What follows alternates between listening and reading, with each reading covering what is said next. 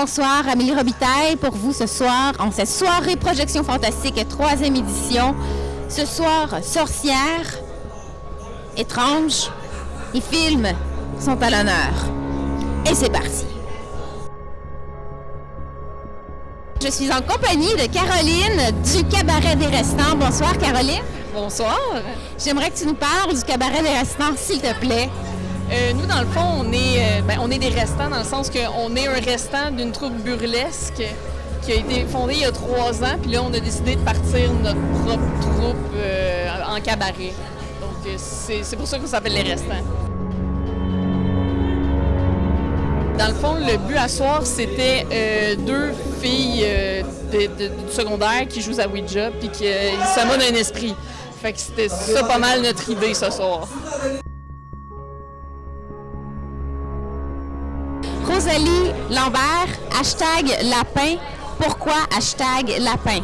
En fait, je voulais faire référence au #MeToo, sauf que je voulais être moins... je voulais que ce soit un peu moins flagrant.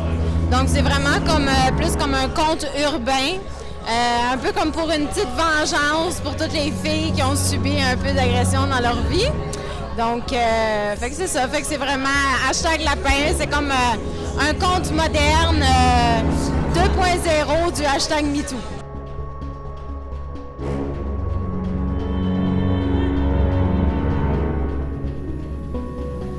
Dans le film, on voit beaucoup de masques. L'utilisation de masques, est-ce que c'est plus pour avoir l'effet d'anonymat ou parce que justement, on pouvait aller plus loin dans la référence? En fait, on va plus loin dans la référence par les masques, mais aussi, c'est une idée qui m'est venue dans le métro.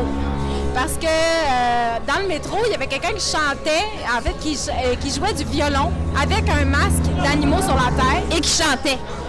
Il chantait pas, c'est ça, je me suis trompée. Il fait juste jouer du violon. Puis il y avait le masque, puis j'étais comme, c'est donc bien fucké, tu sais. J'étais là, on est donc bien détaché de notre corps quand on porte un masque. Fait que ça m'a vraiment donné l'idée du film #lapin. On est en compagnie de Jonathan Laplante et Annie Lecourt. Bonsoir, Jonathan. Salut, salut. Bonsoir, Annie. Bonsoir. Bonsoir. On va parler de votre court-métrage Traqué. Alors, Traqué, c'est simple, c'est...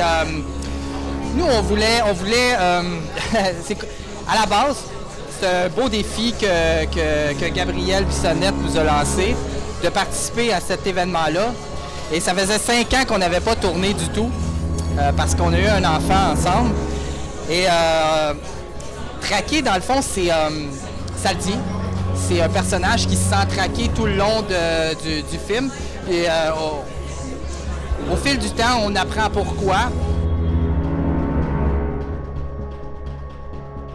On aimerait savoir, vous êtes un couple, vous faites des films à 2. Comment vous séparez-vous les tâches, Annie? C'est une bonne question. On mise vraiment sur les forces de chacun. Lorsqu'on fait un tournage, moi, je vais être un peu plus technique et Jonathan va être beaucoup plus là pour guider les comédiens. Donc, c'est vraiment un travail d'équipe.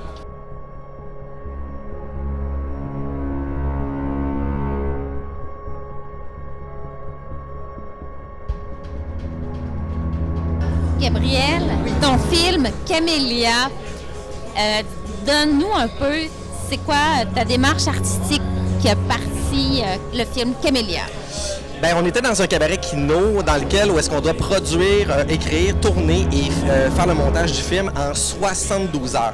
Et c'est tout un défi et on doit prendre un peu les ressources qui sont autour de nous. Évidemment, moi, j'ai fait un petit peu de repérage autour on est à Boucherville. Puis vraiment, Boucherville, c'est vraiment un lieu, pour ceux qui veulent faire des tournages, c'est vraiment magique. Il y a plein de belles maisons, vieilles maisons, un peu d'époque antique en tout cas. Puis moi, je voulais faire un film un peu étrange, où est-ce que il y a une petite fille qui parle d'une sorcière et tout, et que son papa essaie de l'aider. Je vous compte pas le punch parce que si vous voyez la capsule mais que vous n'avez pas vu le film, ben je vais tout gâcher de la surprise. Mais bref, j'ai vraiment été...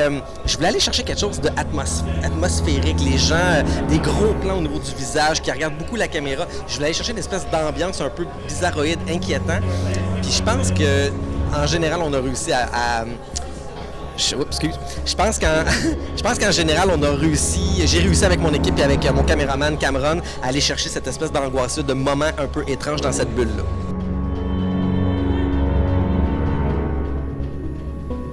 Et que dire à propos des acteurs? Des acteurs magnifiques. Mon ami Michel Benoît, je te remercie Michel, avec ta fille Juliette. Les deux, c'est papa et fille qui ont joué dans le film. Alors vraiment un beau duo. Il y a aussi Catherine Rochefort qui a participé au film.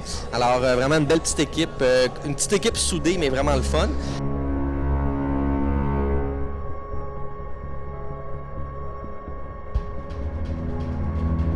Bonsoir Philippe! Allô? Ça va bien? Ça va très bien, merci. Ça tourne-tu? Ça tourne? All right. OK, Philippe, Oui. tu portes bien ton nom, Philippe Falardeau. Je reçois des posts sur Facebook qui disent « Hey, j'ai des scénarios pour toi, j'aimerais te rencontrer, blablabla, blablabla. » Là, je leur dis « Je suis pas le Philippe. Je fais des films, je m'appelle Philippe Falardeau, mais je suis pas celui qui a réalisé Monsieur Lazare ou les autres grands films. C'est un autre Philippe Falardeau. Mais j'en ai pas mal qui viennent sur mon Facebook pour ça. Mais bon, qu'est-ce que tu veux? Parle-nous pour la projection de ce soir, projection fantastique. Parle-nous de ton film. Quel beau projet. Quel beau projet. On a tripé de A à Z. Ça a été pensé en 2007. C'est une idée qui a germé quand j'ai vu le film Sin City. C'est un univers que j'aime bien, avec des petites touches de couleur, mais dans du noir et blanc. On n'est pas allé dans les touches de couleur. On n'a pas pu, question budget, de m'emmener, parce que là, c'est scène par scène, refaire les couleurs et tout ça. Fait qu'on a décidé d'y aller dans le noir et blanc, mais j'arrive pas à le dire, l'ambiance noire, tu sais, ou l'ambiance à la Sin City, ça, on a réussi à aller le chercher, et je suis vraiment content. C'est des personnages à caractère fort, c'est ça que je voulais, tous des caractères opposés, puis tu sais, ça détonne à l'écran, puis quand ils se parlent entre eux autres, chacun caractère, c'est ça qui est le fun, ça détonne, ça fait un film qui ressort, puis c'est le fun. Qui est-ce qui a gagné le grand prix de ce soir, en cette soirée de projection fantastique? Oui, ben les gens votaient pour le coup de cœur de la soirée, puis ben j'ai gagné. Fait que ça, je suis vraiment content. Fait que c'est un petit velours, puis ça me dit, garde, continue, puis peut-être que l'autre Philippe Falardeau va commencer à me voir, tu sais, dans le rétroviseur, il va peut-être voir qu'il y a un autre Philippe Falardeau qui est en arrière, qui sait, on ne sait pas. Peut-être. Les amis! Je t'ai mangé le doigt, oui, c'est ça.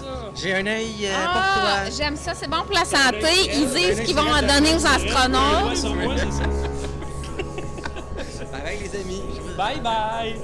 Gabriel Bissonnette, réalisateur, le monteur de Route Noire, donc un très bon ami. On s'est rencontrés à Québec, puis on ne s'est plus jamais lâché.